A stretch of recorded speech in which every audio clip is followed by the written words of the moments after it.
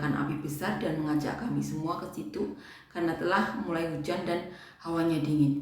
Ketika Paulus memungut seberkas ranting-ranting dan meletakkannya di atas api, keluarlah seekor ular berludak karena panasnya api itu, lalu menggigit tangannya.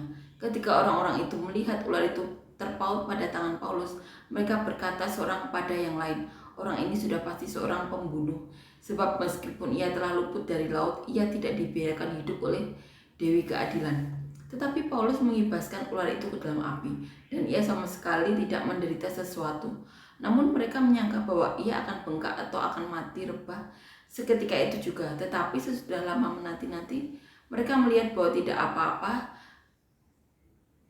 ada apa-apa yang terjadi padanya. Maka sebaliknya mereka berpendapat bahwa ia seorang dewa.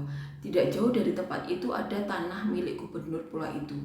Gubernur itu namanya Publius. Ia menyambut kami dan menjamu kami dengan ramahnya selama 3 hari. Ketika itu ayah Publius terbaring karena sakit demam dan disentri. Paulus masuk ke kamarnya. Ia berdoa serta menumpangkan tangannya ke atasnya dan menyembuhkan dia. Sesudah peristiwa itu datanglah juga orang-orang sakit lain dari pulau itu dan mereka pun disembuhkan juga.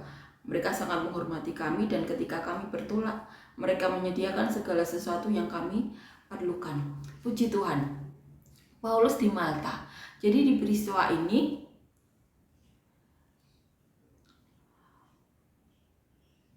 diketahui bahwa pulau itu di mana saat kapal terdampar, mereka berada di pulau yang bernama Malta.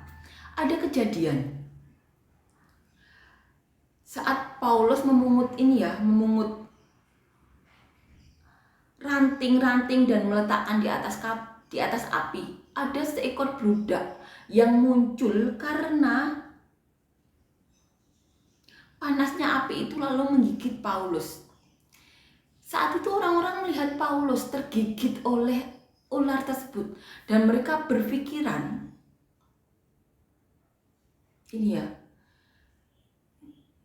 Paulus itu seorang pembunuh. Karena apa? Mereka berpikiran seperti itu karena walaupun selamat dari kapal yang terkandas, ternyata mereka melihat Paulus digigit oleh ular. Ini ditulis di ayat 4. Ketika orang-orang itu melihat ular itu terpaut pada tangan Paulus, mereka berkata seorang kepada yang lain, "Orang ini sudah pasti seorang pembunuh. Sebab meskipun ia telah luput dari laut, ia tidak dibiarkan hidup oleh Dewi Keadilan." Itu kata mereka.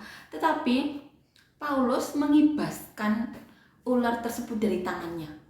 Bahkan Paulus tidak mengalami apapun. Nah, saat melihat itu, orang-orang itu meyakini bahwa nanti Paulus akan bengkak, akan mengalami kematian. Tapi ternyata Paulus tidak mengalami hal yang mereka pikirkan, seperti pengalaman orang lainnya tentunya saat digigit ular.